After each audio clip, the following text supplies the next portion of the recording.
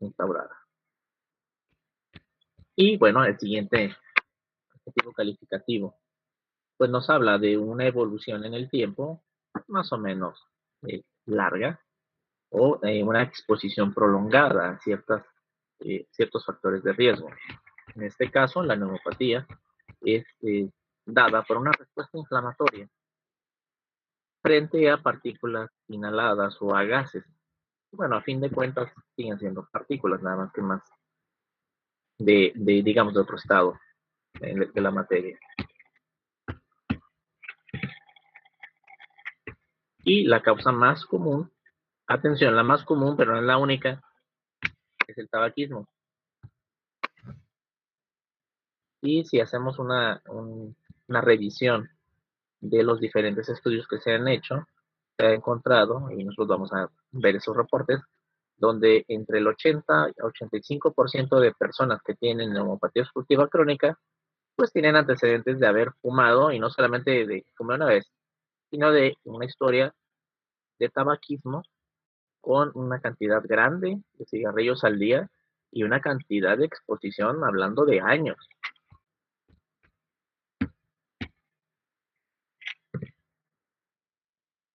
Y como les decía al principio, vamos a encontrarnos a la neumopatía obstructiva crónica como un espectro de alteraciones que incluye dos manifestaciones, vamos a decirlo así: bronquitis crónica y enfisema pulmonar. Esto va a ser algo muy, digamos, para fines didácticos, es decir, para estudiarle. Pero en la práctica vamos a encontrarnos que puede haber pacientes con un predominio de bronquitis crónica, pero que tienen elementos de enfisema pulmonar, y también al revés, gente con predominio de enfisema pulmonar, pero que tienen algunas manifestaciones de bronquitis crónica.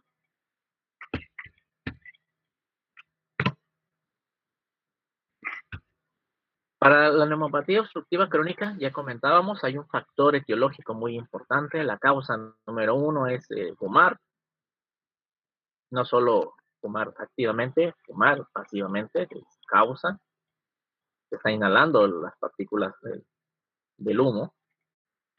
Luego vamos a encontrarnos, aquí me le modificó al cambiarlo a PDF, la enzima alfa-1 antitripsina.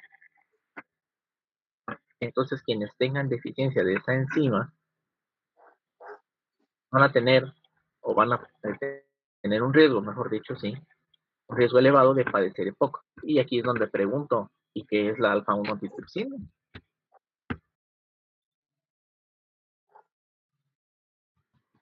Es una enzima inhibidora de proteasas. Muy bien, gracias. Luego, se habla de que la infección de vías respiratorias durante la infancia puede ser un factor predisponente y, como no, puede ocasionar NOC. Exponerse a polvos orgánicos o inorgánicos, aquí estaríamos hablando sobre todo de trabajadores de ese tipo de industrias, donde manejen talcos o polvos de asbesto, silicón, silicosis, o exponerse a gases nocivos, minería, estas industrias. Y atención, esto no lo habíamos considerado mucho anteriormente, ¿no? Se decía, como en los anuncios dice, fumar puede causar cáncer, pues que bueno, yo no fumo. Pero también el vivir en una zona contaminada, una gran contaminación, pues no dejan de ser partículas suspendidas y van a ser inhaladas, y puede generar que se desarrolle enfisema o bronquitis crónica. Obviamente, bueno, entre más factores de riesgo, pues más probabilidades de padecer esta enfermedad o esta alteración. Y una situación, a la contaminación ambiental, y bueno, no solamente por el humo de la combustión de gasolinas o de algunos otros hidrocarburos, pero en general a la contaminación ambiental van a encontrar ustedes en los libros que le llaman biomasa, exposición a biomasa, contaminación ambiental. Bueno, los factores de riesgo que mencionamos aplican tanto para bronquitis crónica como para enfisema. Claro, ya hablando de cada una de estas, vamos a ver que afectan de diferente manera estos factores de riesgo o factores etiológicos. Bueno, definamos bronquitis crónica. Y definamos significa definan, porque les pedí que leyeran. Es la inflamación de los conductos bronquiales, es decir, que hay un aumento de mucosidad en los bronquios que permiten como el paso del flujo del aire para que pueda haber el intercambio gaseoso en los alvéolos, por lo tanto, pues no alcanzan a llegar a los alvéolos. El aire no alcanza a llegar a los alvéolos correctamente. Muy bien, sí, hablando en términos generales, vamos a decir que es una inflamación, sobre todo aquí dice bronquios, bronquitis, pero es en general de la vía aérea. Muy bien, ¿y qué características debe de cumplir esta inflamación para que pueda ser considerada bronquitis crónica?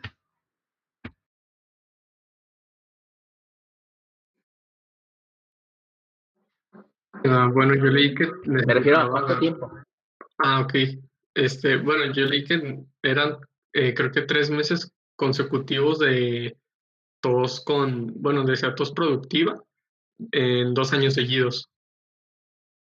Muy bien, sí, tos productiva significa tos con flema, que esté arrojando flema. Y efectivamente es el criterio que se sigue pues para considerar la bronquitis crónica. Muy bien. Entonces, aquí como ya lo comentábamos, en realidad pues es un concepto clínico. Debemos de preguntarle al paciente cuánto tiempo ha tenido la tos, si está arrojando flema, que es la expectoración, y este debe de estar presente al menos 3 meses en un año durante 2 años consecutivos para poder considerarlo bronquitis crónica.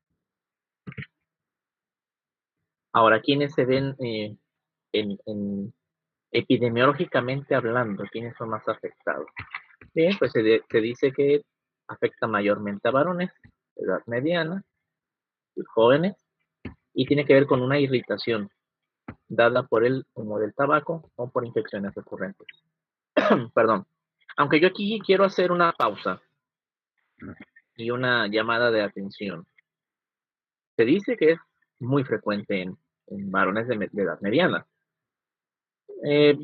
Recuerdo en la preparatoria mis compañeros efectivamente estaban pegados al cigarro, compañeros varones, mientras que las compañeras pues no fumaban.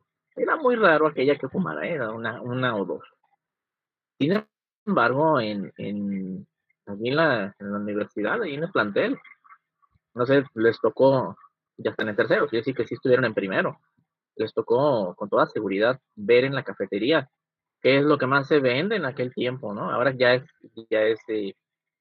edificio libre de humo de tabaco, pero antes de que se declarara así, ¿qué es lo que más se vendía? Cigarros.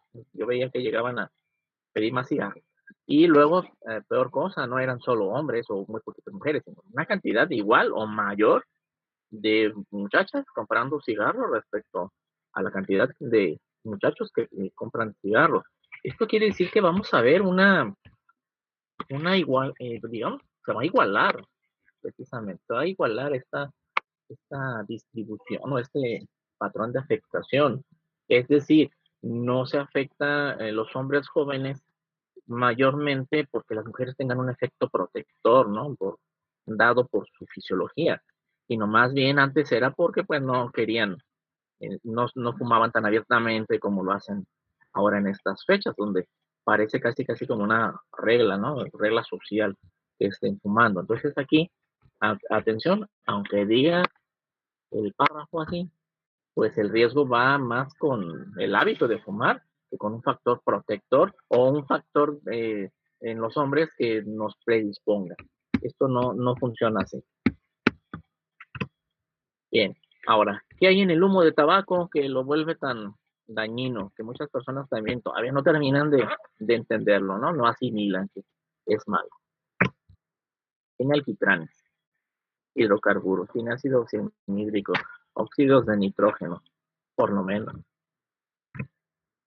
Y entonces estas partículas, recuerden que tenemos una mucosa que secreta mucina.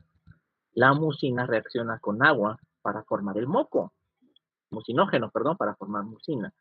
Bueno, pues esa agua va a hacer que las partículas cambien su estructura química y van a generar inflamación. Por eso es que el humo de tabaco es irritante.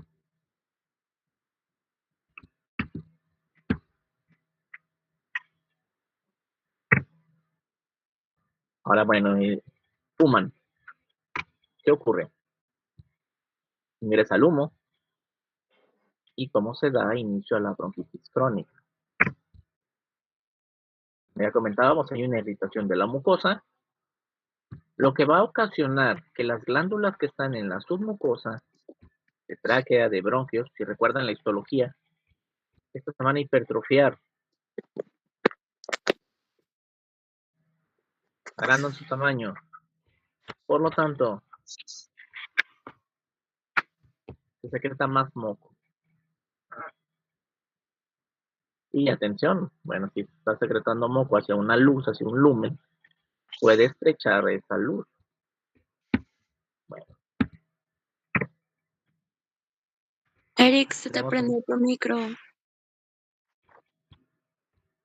bronquios. Profe, ¿me puede regresar un poquito? ¿Alcancé a entender eso?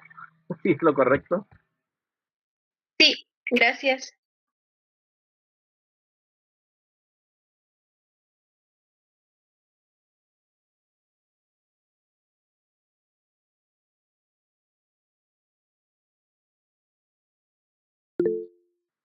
Muy bien. Entonces recuerden que histológicamente hablando, por debajo de la mucosa, en la tráquea, en bronquios, está otra capa que se llama submucosa, tejido conjuntivo, donde abundan estas glándulas. Pero también consideremos que el epitelio que está recubriendo a la tráquea es el epitelio cilíndrico pseudoestratificado y en él vamos a encontrar unas células que se llaman caliciformes, que también producen moco.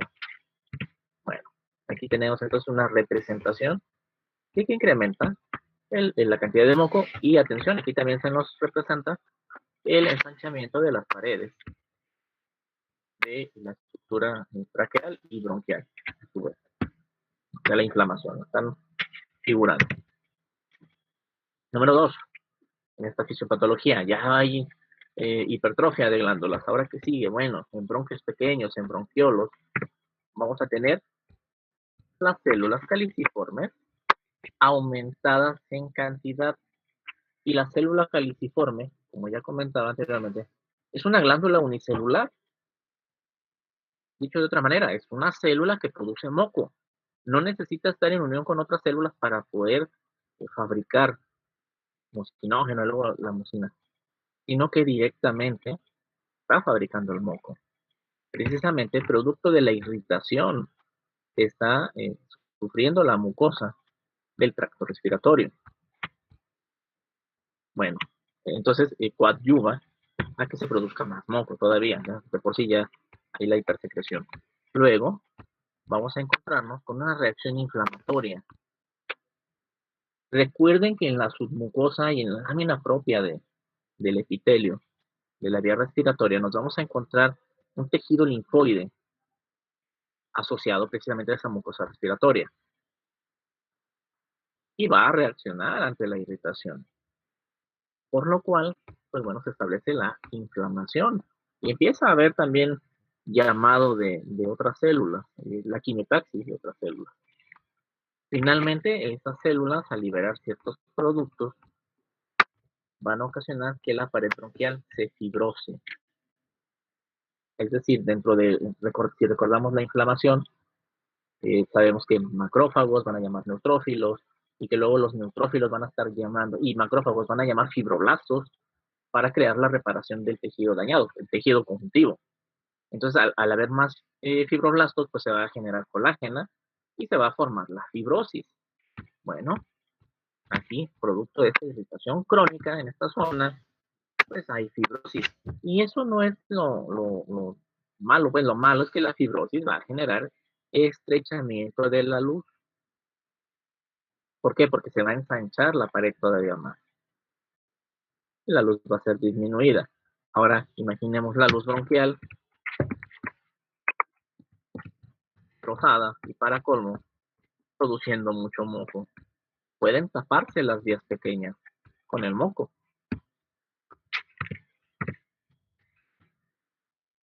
Y aquí tenemos representación de un bronquio normal, una mucosa en amarillo, con su submucosa. Y luego, vean, mucosa en amarillo. Y la parte fibrótica ya inflamada e irritada. Bueno, por eso bronquitis, ¿verdad? Por eso se le denomina inflamación bronquial. Ahora, ¿cómo se manifiesta la bronquitis crónica? Como estamos hablando de una exposición al humo de tabaco durante mucho tiempo, aunque también tiene que ver la cantidad, puede ser no tanto tiempo, si se está fumando mucho. Bueno, pero en la edad de inicio, aquí a partir de 50 años. Las manifestaciones clínicas, atención. Yo puedo empezar a fumar desde los 20 o desde antes, ¿no? ¿Quién empieza antes? Pero el daño se va a ir dando poco a poco, primero sin causar síntomas, es decir, un periodo subclínico, y posteriormente viene el inicio de los síntomas. Ya es cuando hay un daño avanzado.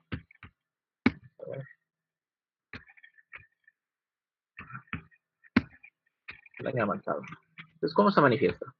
Hay tos productiva, esto es, hay flema, hay expectoración. Fíjense bien, pector, pecho, ex, fuera, tos, con flema que es expulsada, aunque no necesariamente la expulsan toda la gente, pero bueno. Y esto se da por las mañanas. El paciente puede sentir falta de aire con los esfuerzos. Se llama disnea. Le cuesta trabajo, tiene necesidad de ganar aire porque le falta, siente el oxígeno disminuyendo. Puede ocurrir producto de la disminución de la luz de las vías aéreas, que entre poco aire al alveolo y por lo tanto haya hipoxemia. Y la hipoxemia va a condicionar hipoxia. Y atención, puede ser que la hipoxia sea tan intensa, tan grave, que se genere la cianosis, sobre todo cianosis peribucal. Los labios ponen muy azules alrededor de los labios, una cianosis central. Y por eso a estos pacientes se les llama congestivos azulados. Moraditos sus labios. Bien, ahora, en casos graves, podemos encontrarnos una falla del ventrículo derecho, ventrículo cardíaco, obviamente. ¿Por qué? Porque la vía respiratoria está teniendo problemas. Vamos a tener como medida de compensación vasoconstricción sostenida, pues va a generar más esfuerzo para el corazón, necesita vencer esa resistencia. Así que a final de cuentas, pues se establece una disfunción del ventrículo derecho. Es decir, puede ser una causa de falla cardíaca. ¿Y cómo se manifestaría? Pregunta. Si falla el ventrículo derecho, fisiopatológicamente, primero, antes de manifestaciones, fisiopatológicamente, ¿qué se va a dar? ¿Cómo se daría el proceso?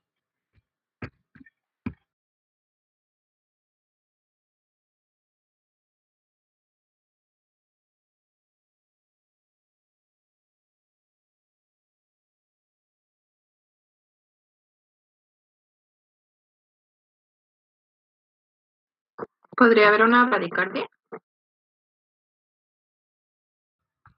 Más bien taquicardia, ¿no? En un intento por mandar más sangre. Descarga adrenérgica. Ajá, adelante. Una hipertrofia auricular derecha. De entrada, ¿no? Tiene que haber un cambio de la pared que le permita vencer resistencias a nivel pulmonar. ¿Qué sigue? También isquemia podría haber en este caso de las aurículas derecha. Bueno, puede haber una falla de irrigación. De hecho, hay hipoxia.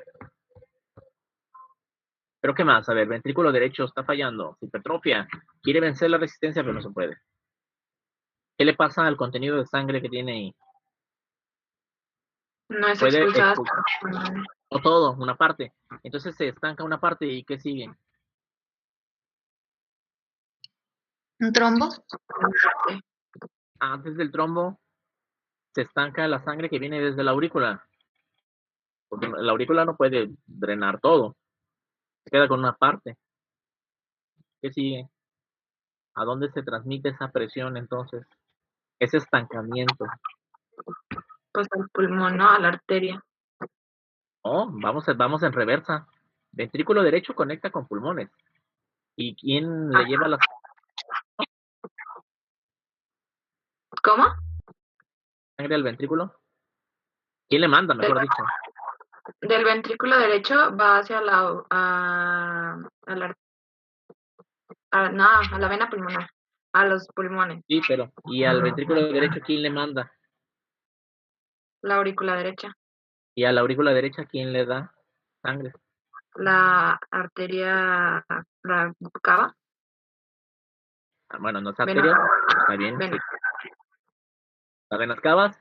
Y entonces, ¿a dónde se estanca la sangre? En las venas cavas, o se congestionan las venas cavas. La vena cava inferior, ¿de dónde viene?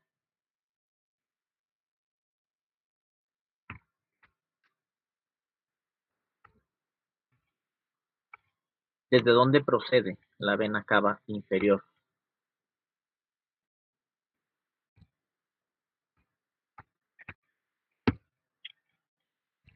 Pues de las, A ver, recuerden, ¿desde dónde viene la vena cava inferior?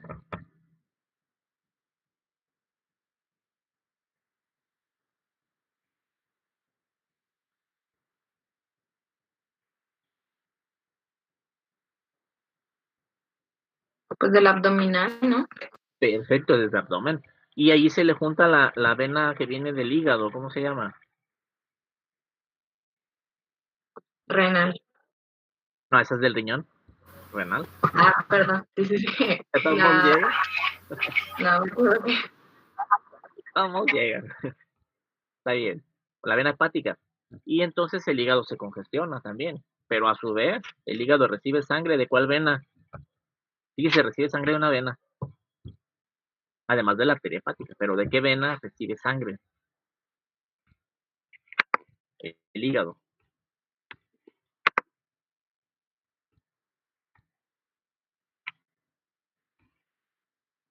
porta, La vena porta muy bien. Entonces, si está congestionado el hígado, pues la congestión se transmite a la porta y de allí a sus tributarias o ramas. Bueno, sí, las venas tributarias. Muy bien.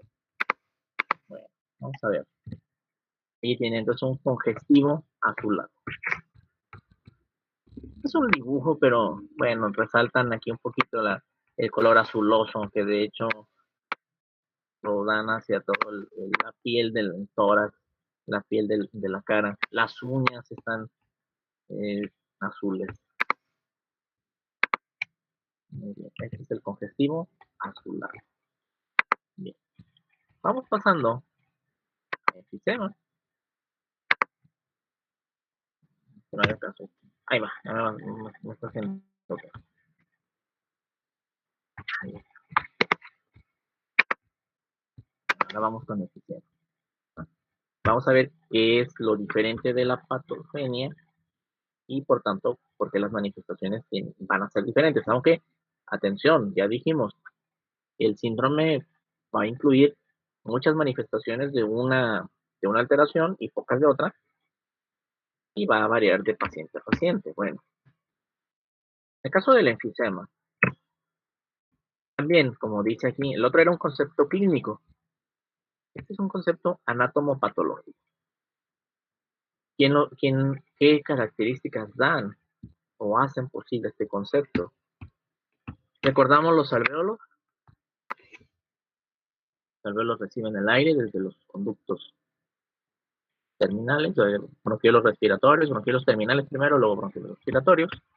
Y precisamente En las personas que padecen enfisema, lo que se encuentra es una dilatación de este espacio alveolar. Pero atención, una dilatación anormal.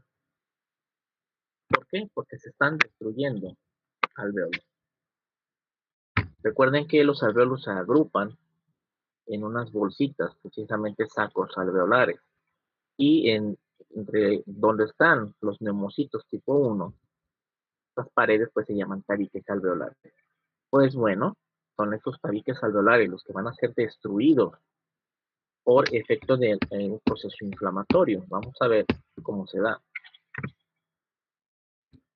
Y nuevamente tenemos que afectados quiénes, los varones. Pero, atención, yo insisto, esto va a cambiar, no va a tardar mucho en que cambie. Ya están fumando más las mujeres, entonces no se trata de factores protectores por sexo o factor protector por el cromosoma sexual, ¿no? El X o el Y, sino que esto tiene que ver con hábitos y pues estamos teniendo más consumo de tabaco por parte de las mujeres. Bien, aquí también vamos a encontrar irritación crónica, ya no de la vía aérea, sino de los alveolos. Y aquí también tiene que ver la deficiencia de alfa-1 antitripsina. Es más, aquí tiene más peso, mucho más peso que en bronquitis crónica. De hecho, ni la comentamos en bronquitis crónica. Ya comentábamos solamente como recordatorio todo lo que tiene el humo del tabaco, todas las partículas. Y atención, aquí va a ocurrir algo distinto. En vía aérea, las partículas reaccionan con el agua. Pues acá, en los alveolos, las partículas van a ocasionar, está resumido ahí en la frase, pero en realidad van a ocasionar una reacción de los macrófagos que están estacionados en el alveolo, los famosos macrófagos de polvo. Estos van a querer retirar de la vía aérea esa partícula que está irritando al alveolo. Y en ese intento por querer retirarle, van a querer aplicar enzimas proteolíticas y otras sustancias para deshacerse de la partícula, pero la partícula no se destruye, de manera que se perpetúa y la célula que le englobó, que le fagocitó, va a fallecer, pero en ese proceso ya atrajo más células de inflamación. Y estas células inflamatorias van a querer destruir nuevamente la partícula o van a intentar destruir la partícula y van a estar liberando sus enzimas proteolíticas. Pues llega un momento en que las enzimas proteolíticas, perdón, me estoy enredando, van a ser liberadas hacia el espacio alveolar. Es decir, van a tener contacto con las estructuras, ya no están contenidas dentro del leucocito, macrófago o neutrófilo. Y por lo tanto, aquí es donde tiene peso esto de la alfa-1 antitripsina, donde las enzimas proteolíticas son frenadas precisamente por esas enzimas para que no destruyan tejido conectivo. Y bueno, aquí es donde ocurre el desequilibrio entre ambas sustancias y esto desencadena o lleva al desarrollo de enfisema. Vamos a la fisiopatología. Vamos revisando los pasos. Entonces, el humo del cigarrillo va a irritar al parénquima pulmonar, al alveolo, y va a hacer que se liberen citocinas quimiotácticas para atraer células inflamatorias, para eliminarle a todas estas partículas.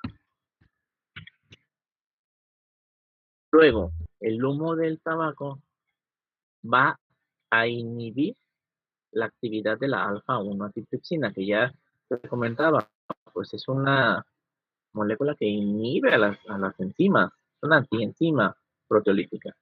Y atención, vamos haciendo un paréntesis. Estamos enfocándonos a pulmón, pero imagínense la inhibición de la alfa-1 antitripsina a nivel sistémico. Yo me pregunto, ¿tendrá que ver que esta patogenia en la formación de hernias de pared abdominal? Y la respuesta pues es sí. ¿Por qué? Porque el humo del tabaco, las sustancias que hay presentes en el humo del tabaco, no solamente van a inhibir a la enzima en el parénquima pulmonar, sino que son absorbidas a circulación y van a inhibir a nivel sistémico. De manera que, por ejemplo, cuando hay una reparación de tejido conjuntivo, que constantemente se está recambiando, pues dificulta la cicatrización.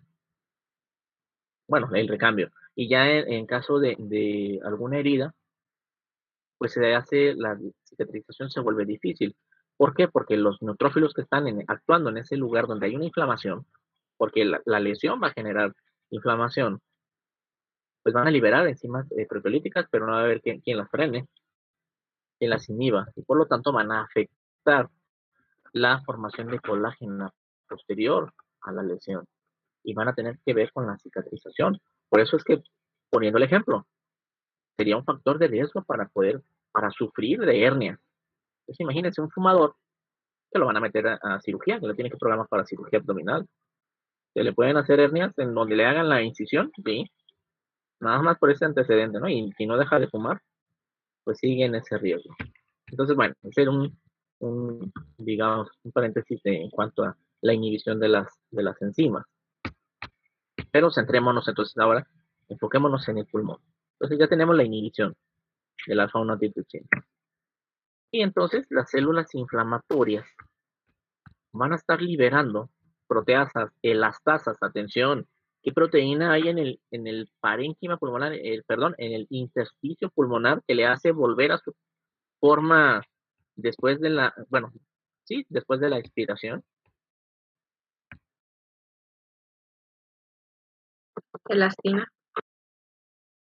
Perfecto, y entonces es la de las principales. Esto tiene que ver con las manifestaciones, por eso hago aquí esta pregunta énfasis. La elastina también se ve afectada, no solo las demás proteínas del estroma pulmonar, porque es el tejido conjuntivo donde abundan las proteínas. Bien, entonces vamos a tener rompimiento de los tabiques alveolares. Por lo tanto, se amplía la luz vamos a hablar de la bolsa, del saco alveolar. Pero vamos, este hecho trae como consecuencia menos espacio para hacer la hematosis.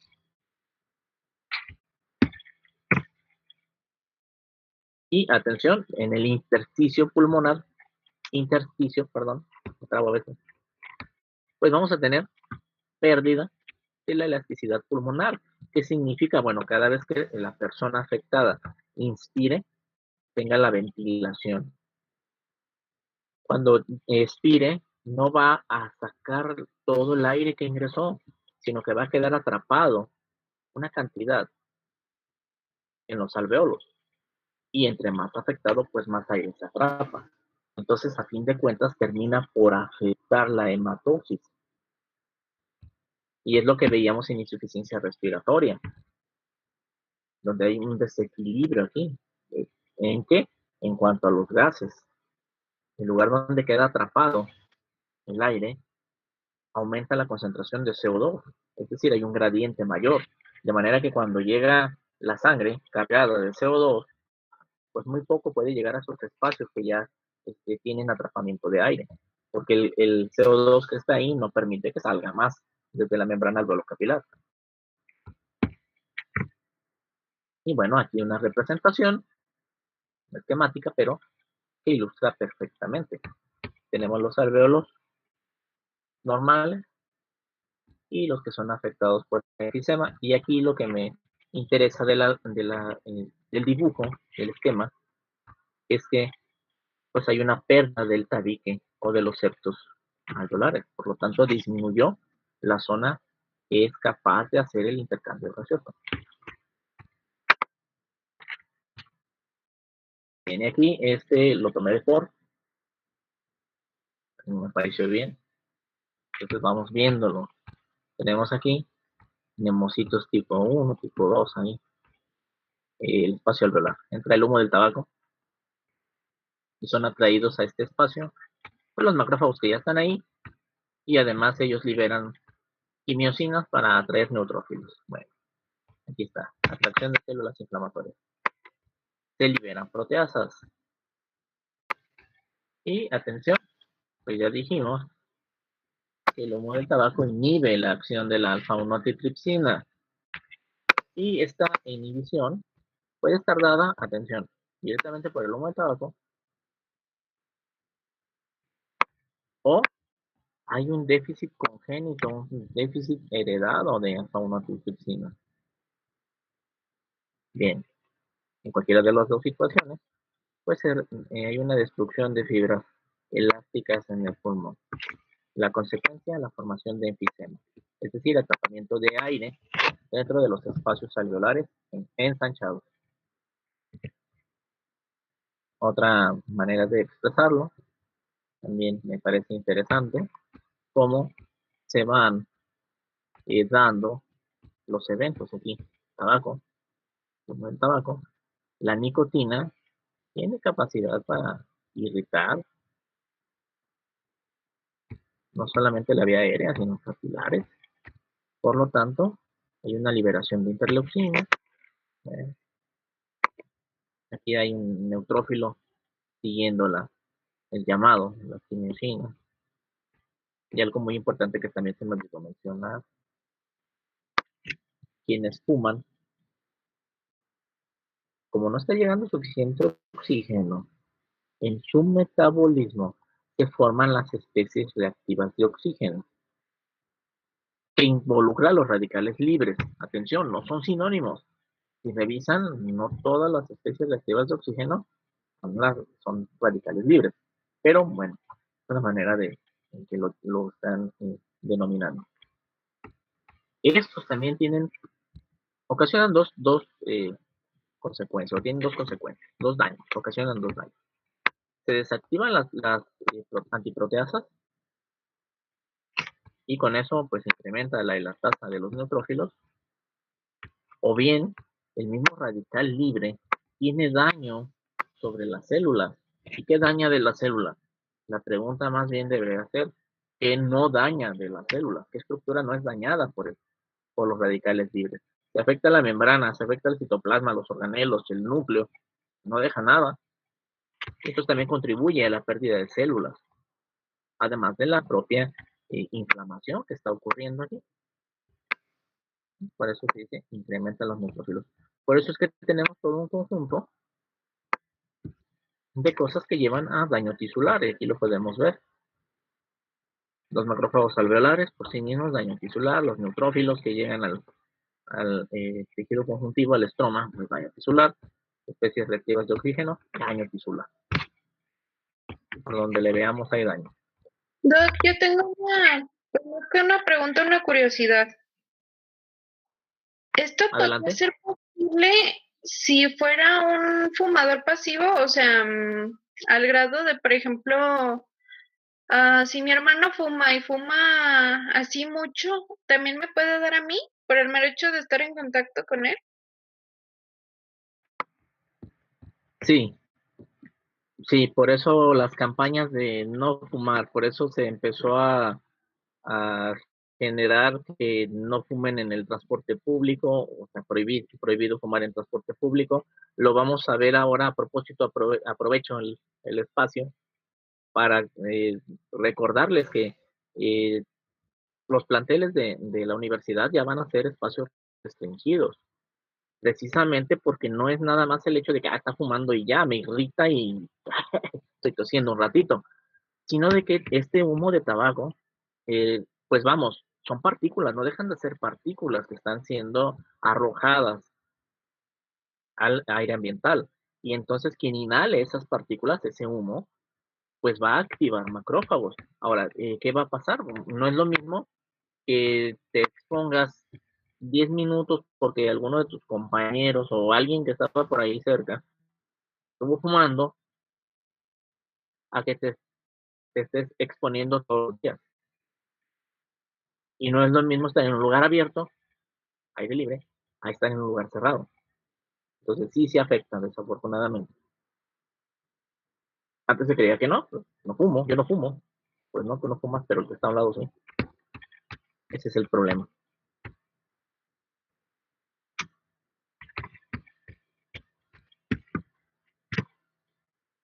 Bien, otra manera de de plantearlo. Bueno, aquí me pareció más interesante los esquemas de los aquí en internet.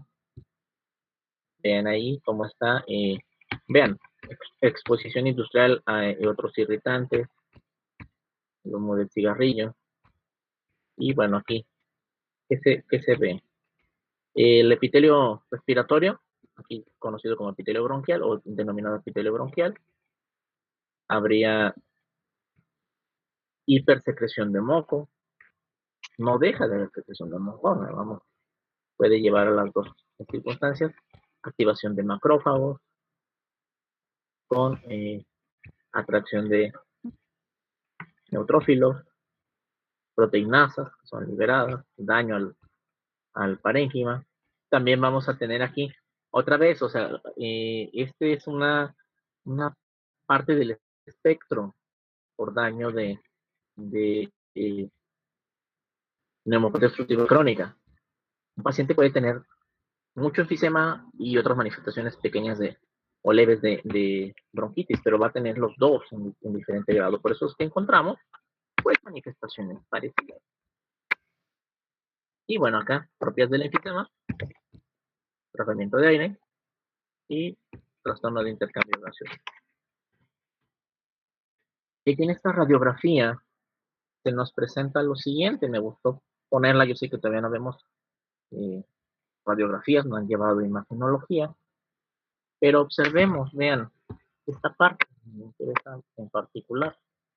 Vamos comparándolo con el resto de, digamos, parénquima pulmonar. Si se fijan, en otras partes no se ve totalmente oscuro, sino que se ve como una capa muy tenue, como de color grisáceo, color grisecito. Bien, pues aquí donde nos está indicando, por ejemplo, esta flechita de abajo, la inferior, vemos una zona que está muy oscura. ¿Qué indica? Bueno, conforme se van destruyendo tabiques alveolares, se van ensanchando los sacos alveolares, se van formando unas, se llaman bulas o bullas, una especie de burbuja. Y es lo que encontramos aquí en esta radiografía. Esta sería la imagen de una bula, es decir, un lugar donde hubo una destrucción intensa de parénquima alveolar y que da por resultado esta formación de este espacio. En una tomografía, aquí tenemos esos espacios donde se ha perdido el alveolo, el parénquima. Comparen con el resto, como pareciera que estamos viendo una estructura grisácea, un color gris, y como en ciertas porciones ese tono gris da paso a un tono casi negro. Se alcanza a notar un poquitito, bueno, sobreposición de otras zonas de tejido, pero a fin de cuentas es notoria la presencia, o mejor dicho, ausencia del parénquima. Y este es más de patología. Les va a ayudar para patología, pero también nosotros lo revisamos. Hay dos tipos de enfisema. Hay uno que se llama centro acinar, donde se afecta la parte central del lóbulo respiratorio. Es decir, alrededor vamos a encontrar preservación de los alveolos. Y es el más frecuente. Y es el que da en fumadores. Próximamente le vamos a poner fumadora. Insisto, esto es cuestión de hábitos. Y tiende a dar en las partes superiores del pulmón, las partes más apicales. Por otra parte, tenemos otro tipo que se llama pan-acinar. Y así como veíamos pancitopenia, que pan significa todo, pues en este caso todo el ácido pulmonar está siendo afectado, por eso pan-acinar, donde inicia dañando la periferia y después llega hasta la parte central, la que está cercana a los bronquiolos respiratorios. Pero a fin de cuentas es una afectación total. Y aquí lo vamos a encontrar en personas con falla de alfa-1 antitripsina. Congénitamente no producen suficiente alfa-1 antitripsina.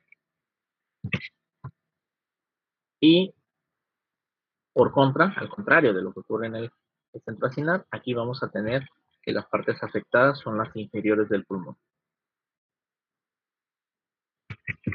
Y bueno, a propósito de alfa-1 antitripsina, hace un tiempo, a propósito de la universidad, allí en cafetería me topé con un alumno, ya en ese tiempo exalumno, que estaba comprando cigarros. Entonces le hice el comentario, dale, enfisema.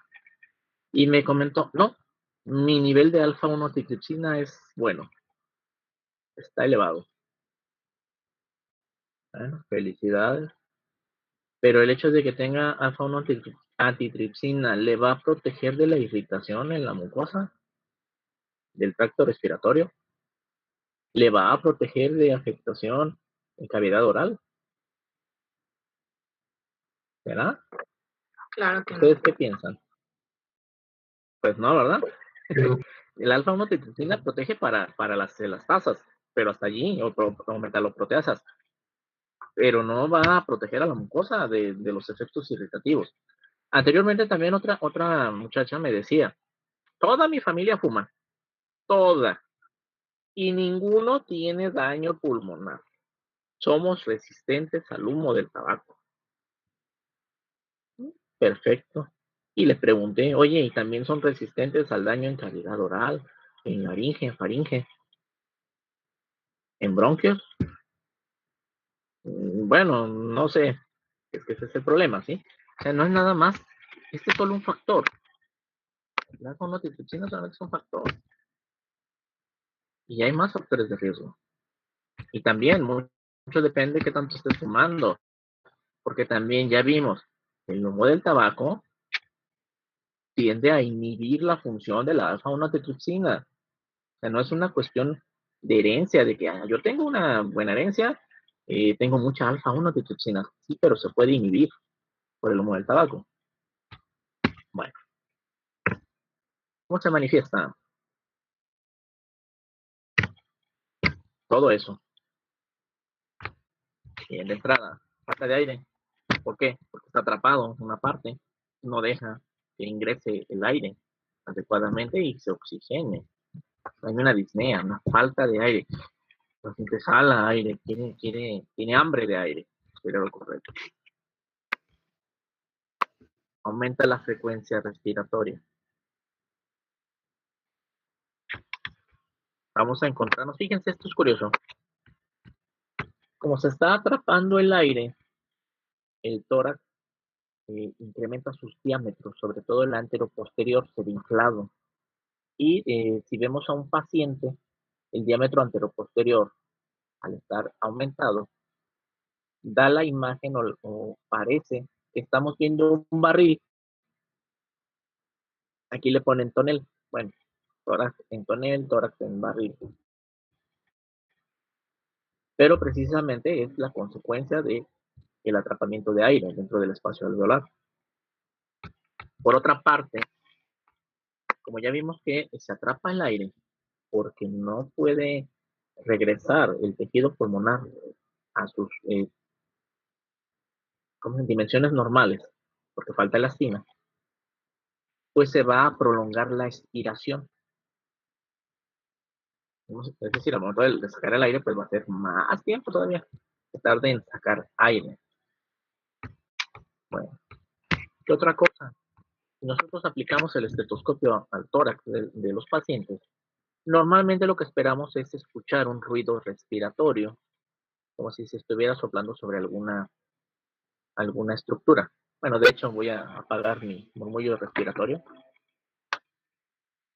Tengo aquí un ventiladorcito. Bien, se oye un murmullo. Se llama murmullo vesicular, el llenado de los alvéolos. En este caso, como hay atrapamiento de aire en los alvéolos, pues el murmullo vesicular se oye más bajito, es menor, normal, o sea, normalmente por ese atrapamiento. Vamos a encontrarnos que dado que está faltando el ingreso de aire, pues les falta oxigenación. Bien, vamos a tener, o vamos a observar, mejor dicho, que el paciente está haciendo uso de los músculos accesorios de la respiración.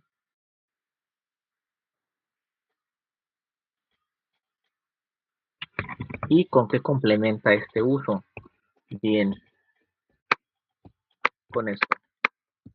El paciente tiende a acomodar su boca, sus labios, de manera que parece que está soplando algo, pero es una reacción que tiene el paciente para poder respirar mejor.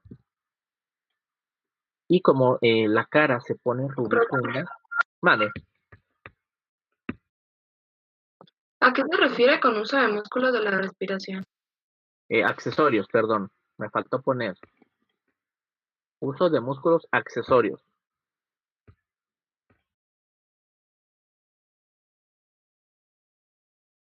Es decir, el diafragma lo estamos usando todos, también ellos.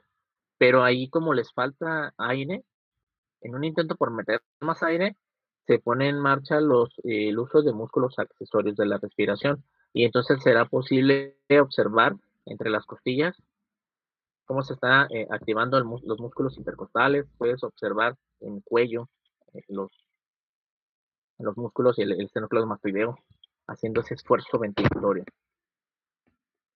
Y bueno, complementado con una posición, sí, perdón, complementado con unos labios como si estuviera soplando algo, pero es para jalar aire y para sacarlo. Y ellos tienen una coloración rojiza, hiperemia en el rostro, por eso se habla de un soplado rosado. Ahora también, para facilitar el uso de los músculos accesorios de la respiración, adoptan una posición sentados con los brazos extendidos hacia los lados. Y parece, bueno, quien los describió, pues no encontró otra cosa con que compararlo que con un tripié de esos que utilizan para las cámaras, por ejemplo, cámaras de televisión. Bueno, aquí está el tórax en tonel. Me regreso ahorita. Esto es lo que vean. Los brazos extendidos hacia los lados. Y bueno, respecto al tórax, un tripié. Se sientan con los brazos así, extendidos, para facilitar la respiración forzada, la inspiración forzada. Vean los labios, le quito ese que parece como velo, ahí está,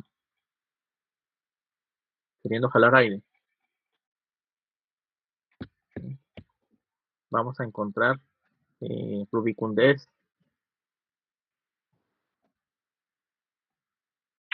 soplador rosado. Ahora, fíjense bien, algo que complementa el cuadro clínico. Si nosotros recordamos al paciente con bronquitis crónica, pues es un paciente que está, digamos, su cuerpo no tiene esta emaciación o pérdida de tejido. Tiene a ser más o menos hábito normal. Puede tener, dijimos, edema por afectación del ventrículo derecho. En estos casos, nuestros pacientes con enfisema son delgaditos. ¿Por qué? Porque el hecho de tener hipoxia crónica va a llevarle a hacer un uso de muchas calorías. Es un estado metabólico acelerado el tener enfisema. De manera que terminan por perder tejido graso y luego muscular en pacientes delgaditos. Caquexia se llama.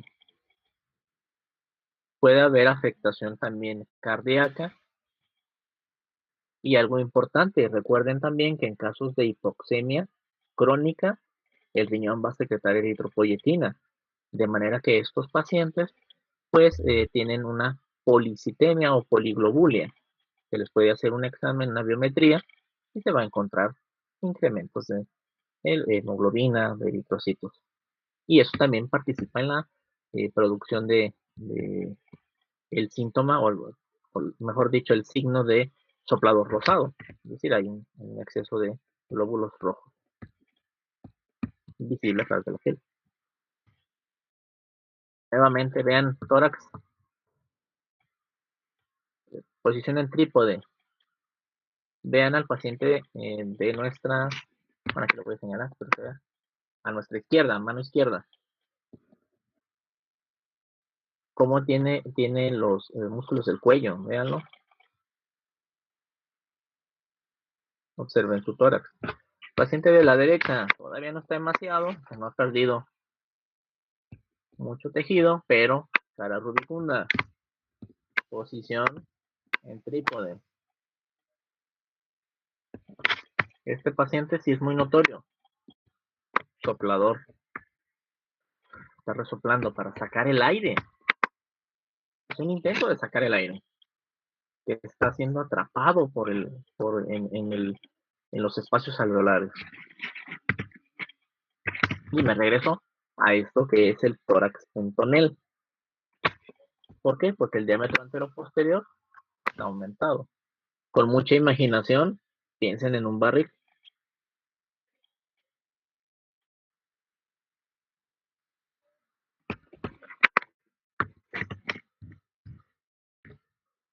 Ahora, fíjense bien. Aquí en este esquema, este diagrama de Venn, me gustó para ilustrar lo que ya comentábamos. De que tenemos un espectro clínico con dos manifestaciones, mejor dicho, enfisema y bronquitis, pero que ambos vamos a encontrarlos en un solo paciente. Tienen de ambos. ¿Por qué? Porque la vía respiratoria no va a ser inmune en casos de enfisema, nada, va a estar sin nada, sin afectación. No, va a estar irritada. Y al revés, en una bronquitis crónica, tampoco los alveolos se salvan. Pues no, también van a tener cierto grado de daño. Es decir, aquí vamos a tener predominios. Como me decían mis alumnos, ¿no? Yo tengo la ¿cómo te funciona bien? Pues sí, hijo, pero pues quizá vas a tener poco enfisema. Es más, lo pintamos aquí. Quizá vas a tener así de enfisema. Pero vas a tener así de bronquitis. Puede ser la explicación de por qué predomina una u otra. ¿Sí? Puede ser también, tiene que ver aquí con qué tanto se irrita en cuestión de la producción de moco y del funcionamiento del sistema inmunitario. Cómo reacciona ante las partículas. Y entonces, por lo tanto, puede no haber una respuesta tan grande, no va a haber una afectación bronquítica, pero sí una afección alveolar y entonces sí enfisema más que si fuera bronquitis. Y aquí pues nuevamente la comparación, o mejor dicho, qué se afecta en cada uno de ellos. Y nótese EPOC, enfermedad pulmonar obstructiva crónica, que ya se le está llamando neumopatía obstructiva crónica, más que nada por flojos. Neumopatía significa enfermedad pulmonar, entonces nos ahorramos espacios, nos ahorramos una palabra y ahorramos espacio al momento de escribirlo. Bien. Bronquitis crónica caracterizada por una inflamación de la vía respiratoria con síntesis excesiva de moco. Hay ensanchamiento de la mucosa. Enfisema. Daño a las paredes alveolares. Rompimiento de los septos alveolares y por lo tanto ensanchamiento del espacio en los sacos alveolares. Se destruye el parénquima que es capaz de hacer la hematosis. Allí lo tienen. Y aquí era un video, pero no, bueno, déjenme que se puedo poner. No,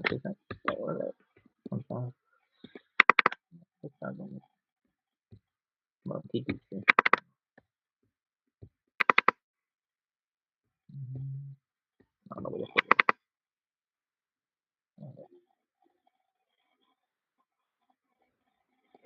Dejen ver si lo quiere proyectar.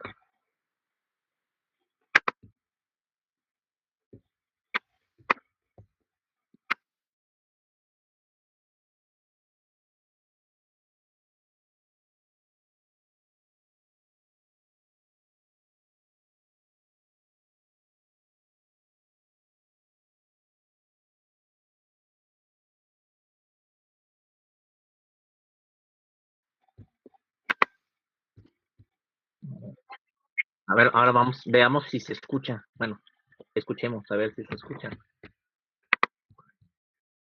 ¿Se oye?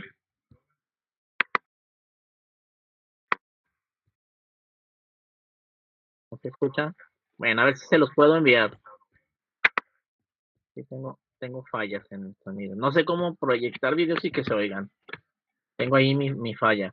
A ver si se los puedo hacer llegar. No está muy pesado. Pero, bueno, vamos a ver.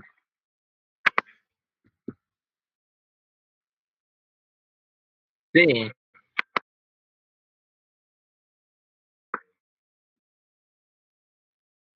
lo, lo que pasa es que ya no tengo el link. Lo descargué de YouTube, nomás no digan. No digan, pero se está grabando, ¿verdad? Me pareció muy bueno. Voy a ver si se los puedo mandar. Porque viene para darnos una idea de cómo se va dando el daño. Lástima, pues no. Todavía no aprendo a proyectar. Bueno, estoy con otra computadora que no es la mía. Bueno, me la prestaron. Bien, bueno. Entonces, ya presentamos lo de enfisema, lo de bronquitis. Vamos con los comentarios. Vamos a ver qué más encontraron ustedes, qué dudas hay. Y empezamos con las preguntas de aquí para allá. Adelante, dudas.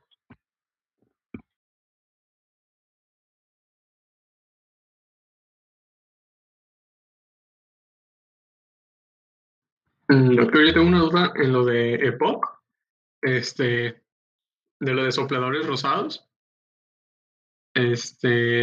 Decía que hacían, bueno, los labios como soplador, porque había como un colapso de las vías respiratorias, pero no entendí bien, o sea, qué pasa ahí, o el colapso, más bien. A ver, déjame buscar creo que bueno, yo no recuerdo cuál era, la verdad, para que les miento. A ver, déjame, estoy buscando la diapositiva. A poner soplador, claro, y lo presento. Presentar ahora.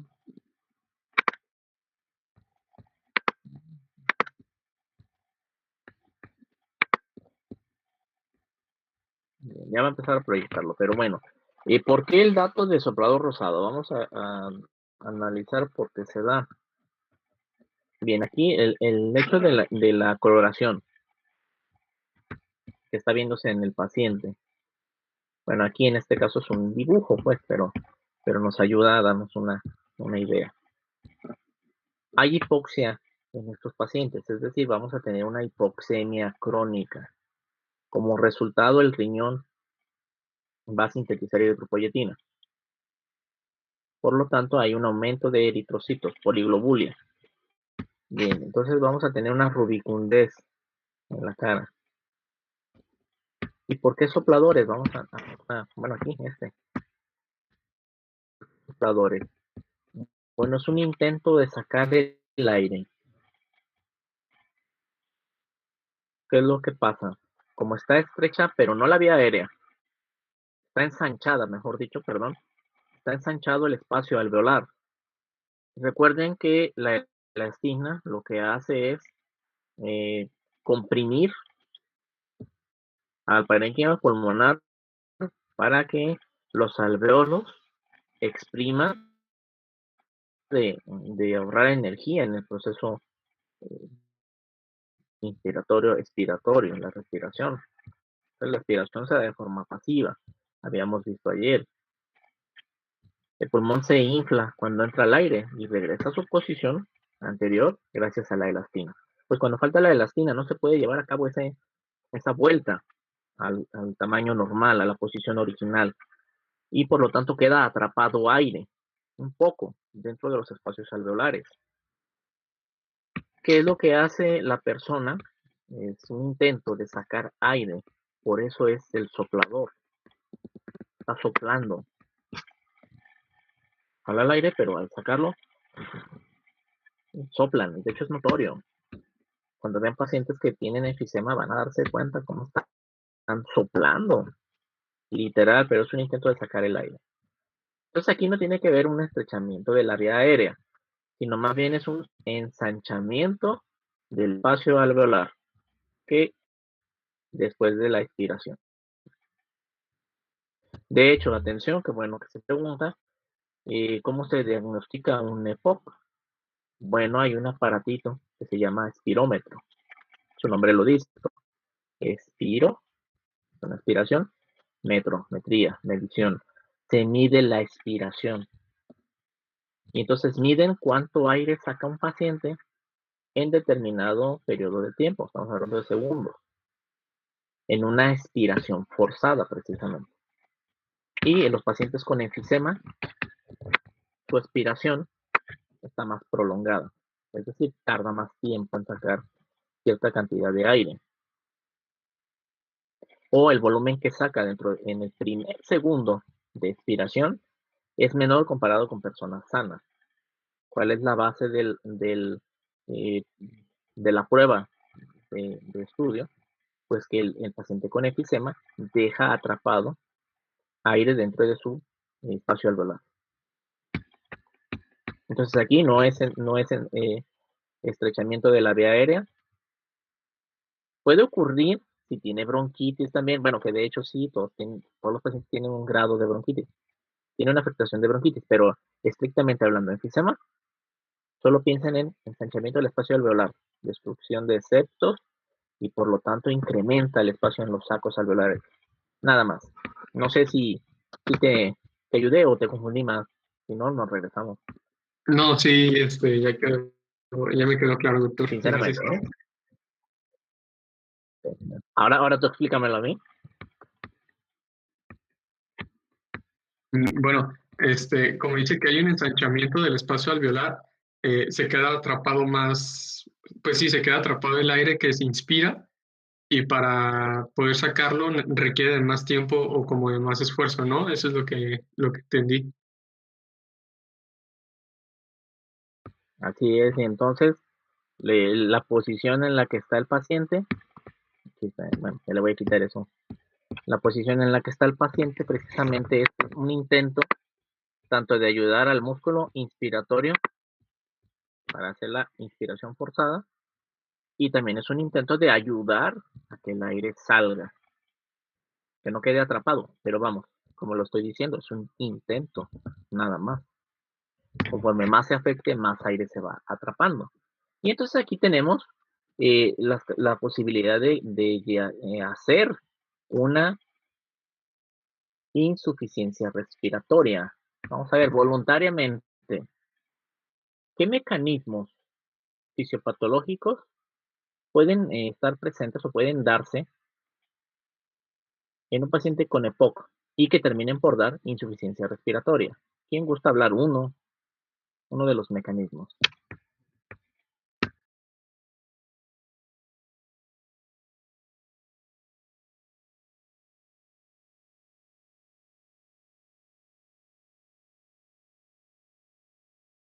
¿Podría ser la ruptura de los septos o a qué se refiere? No, ¿te acuerdas los mecanismos de insuficiencia respiratoria?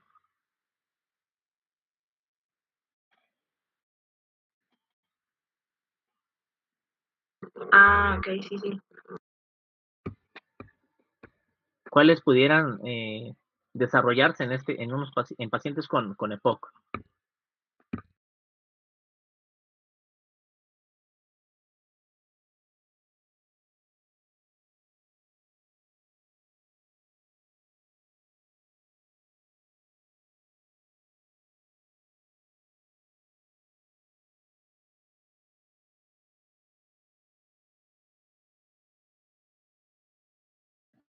Les ayudo un poquito, pero muy poquito. Si hablamos de bronquitis, vamos a tener una reducción del espacio o de la luz del bronquio. Y además el moco contribuye. ¿Qué mecanismo puede originarse? O sea, puede dar insuficiencia respiratoria. ¿Cuál es el mecanismo fisiopatológico que se refiere a una falla en la ventilación y no es hipoventilación?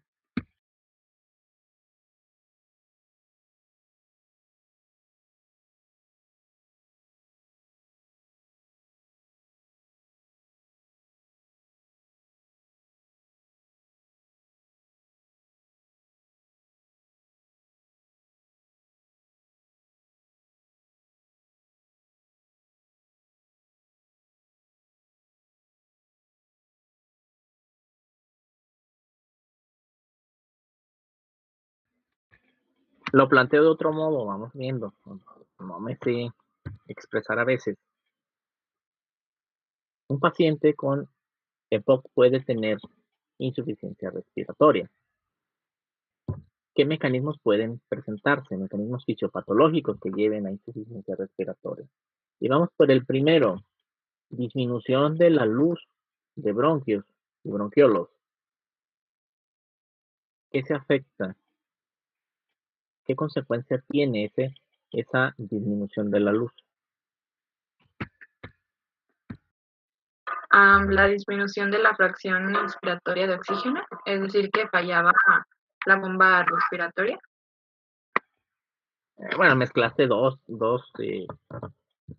mecanismos. La bomba ventilatoria no, bueno, sí se afecta, pero no es por consecuencia directa de la disminución de la luz de los bronquios o de que se esté tapando. Más bien es recuerden, se cansa el diafragma. Me confundí en la disminución de la fracción inspiratoria no afecta directamente a la bomba respiratoria, sino es algo como la alteración extracorporal, ¿no? Sí, la fracción inspiratoria de oxígeno es en pacientes, digamos, relativamente sanos. Es un problema de altitud, por ejemplo, o en minería o algunas otras situaciones. No, aquí, atención, disminuye la entrada de aire. ¿Cuál es el mecanismo?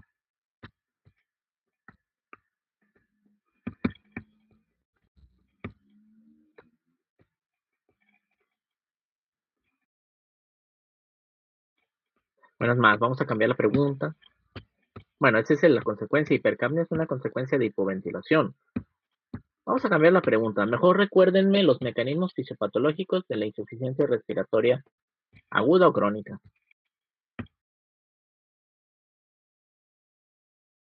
Ya mencionaba uno, la disminución de la fracción inspiratoria de oxígeno, el trastorno de la difusión alveolo-capilar, el desequilibrio de la relación ventilación-perfusión.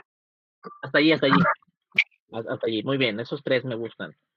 Ya quitamos uno, el FIO2, no es que aquí, en este paciente. ¿Cómo se da?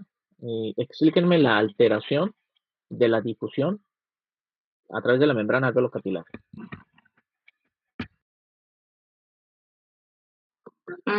Es el engrosamiento de la membrana alveolo-capilar que mencionábamos anteriormente en las clases, que era como la separación física del gas atmosférico y del gas sanguíneo, o sea que había una dificultad de la difusión entre ambos. Era más difícil el intercambio, en este caso, de oxígeno con los capilares. Muy bien. Y en estos pacientes, los que tienen EPOC o NOC, ¿puede haber esa alteración? Claro. Sí, hay un proceso inflamatorio dentro del parénquima, del intersticio principalmente también, porque se están llamando neutrófilos. Los neutrófilos llegan al tejido conjuntivo. Entonces están haciendo una separación, están aumentando la separación física de los gases atmosféricos de los que están en el capilar. Muy bien. Ahora, ¿cómo se da el desequilibrio de la relación ventilación-perfusión?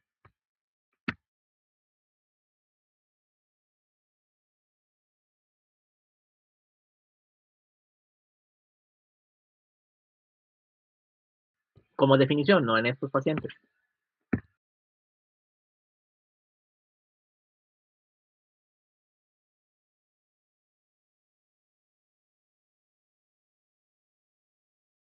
Estaba esperando a ver si alguien más quería decir, pero bueno, era que mencionaba que era el mecanismo fisiopatológico más frecuente de la hipoxemia, es decir, que había una disminución de la perfusión, la ventilación era mantenida y también había como la disminución de bueno, había dos casos en este caso, que había la disminución o de la perfusión o la disminución de la ventilación, que decía que no podría haber como un intercambio. Bien, bueno, la base o la definición precisamente es lo que nos has comentado. Por eso desequilibrio ventilación-perfusión. Pues afecta ventilación o afecta perfusión.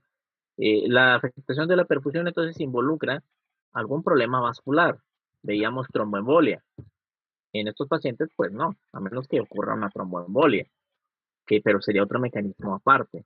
Y hablando ya de lo que ocurre a ellos, entonces sí ya es probable que el hecho de que disminuya la entrada de aire por efecto de la disminución de la luz bronquial y luego bronquiolar, por la inflamación, por la fibrosis, el moco que está secretado al lumen, pues va a provocar que se desequilibre la relación, pero centrada en la ventilación, es decir, ingresa menos aire al parénquima.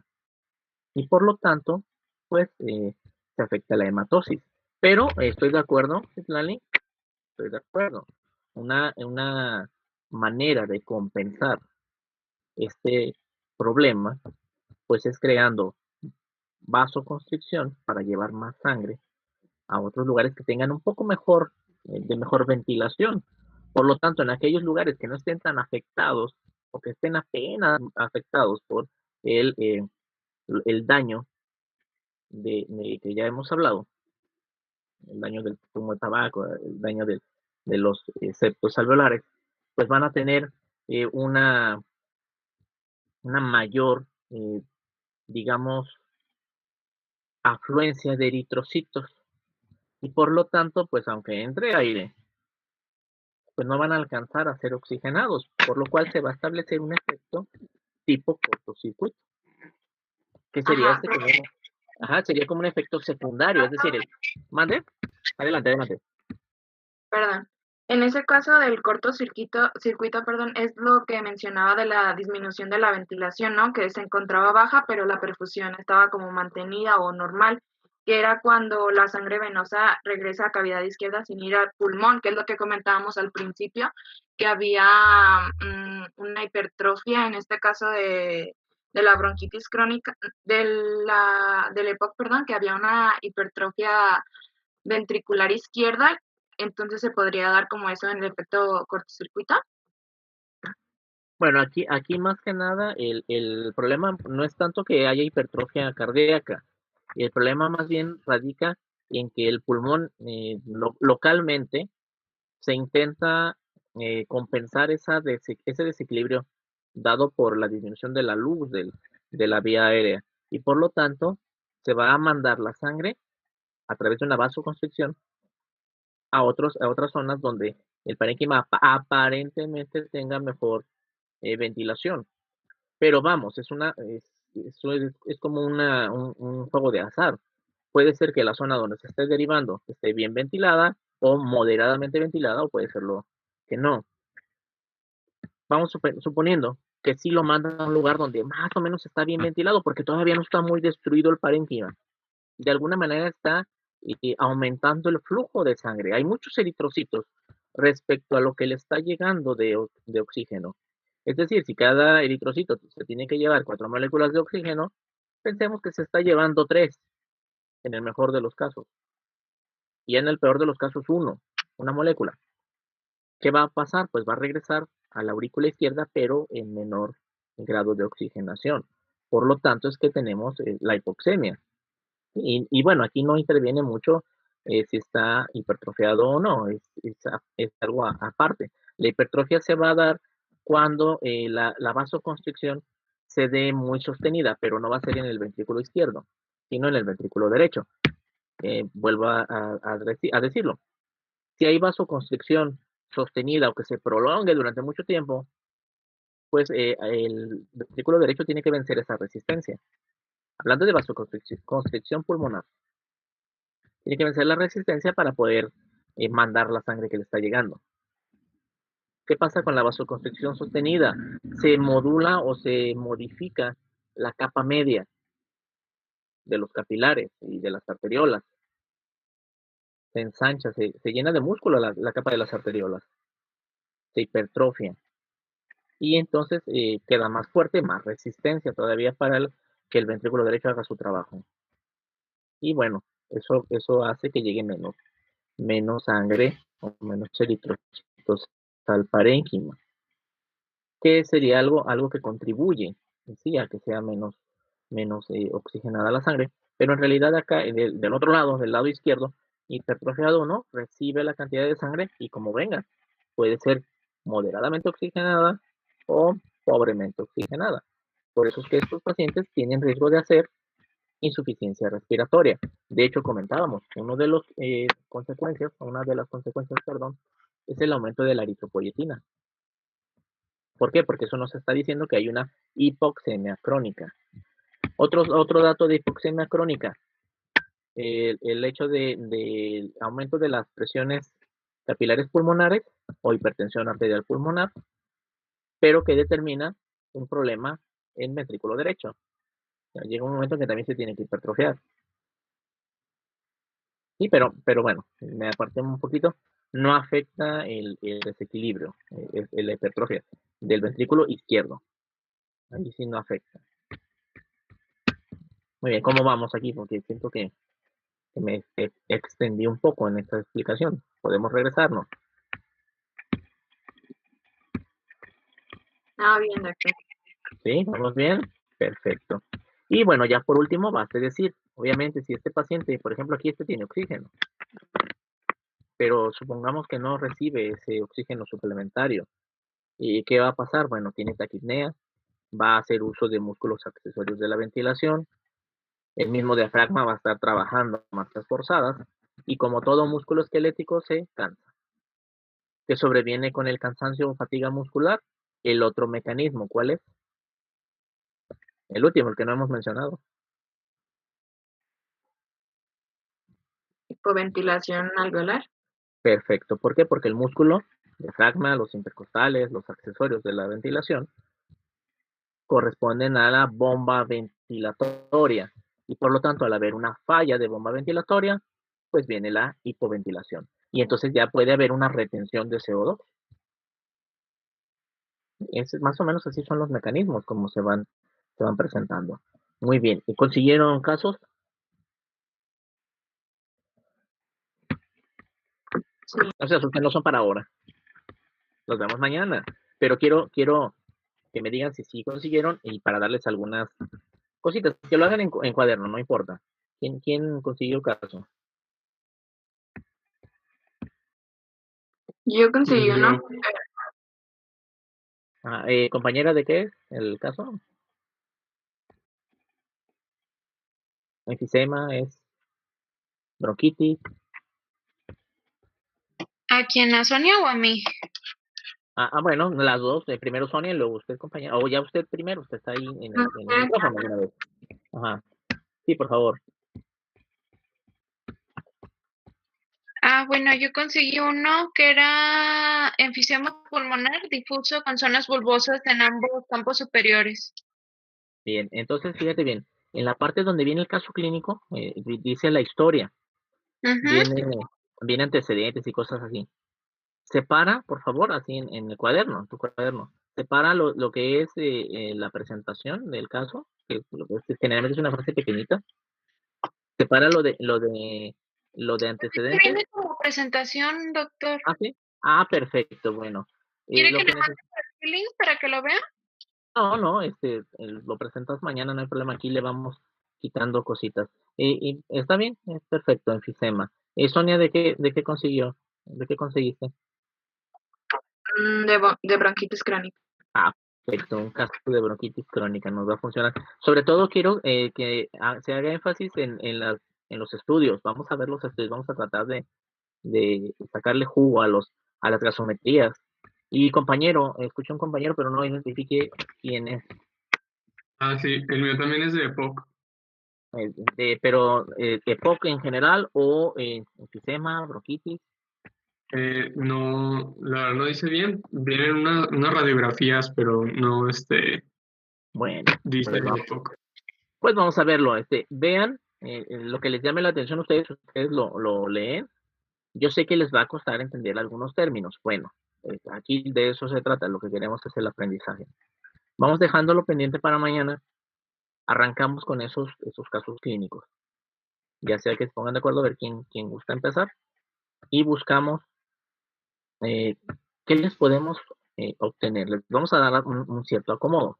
No se los pido que me los manden porque la verdad no creo alcanzar a revisar hoy. Como os voy a estar subiendo promedios, de hecho ya tengo los de ustedes listos para enviárselos y todavía ayer tuve examen, entonces todavía voy a estar calificando, pero todavía tengo clase a las 5, de 3 a 5. Entonces ya no alcanzaría a revisarlo. Por eso pues no quiero que me lo manden. De cualquier manera, sí me costaría verlo. Confío en que ustedes le den una revisada, no, anoten lo que les llame un poco más la atención. Traten de ver si tiene insuficiencia respiratoria, qué tipo de insuficiencia respiratoria tiene, y qué datos de la historia logran captar que les oriente hacia lo que está pasando, y ya nos lo comentamos, nos proyectan el caso. Nosotros vamos ahí, los demás vamos haciendo una especie de juego de preguntas-respuestas. Y bueno, ya se pondrán de acuerdo ustedes. Y bueno, después de eso vamos a seguir con asma.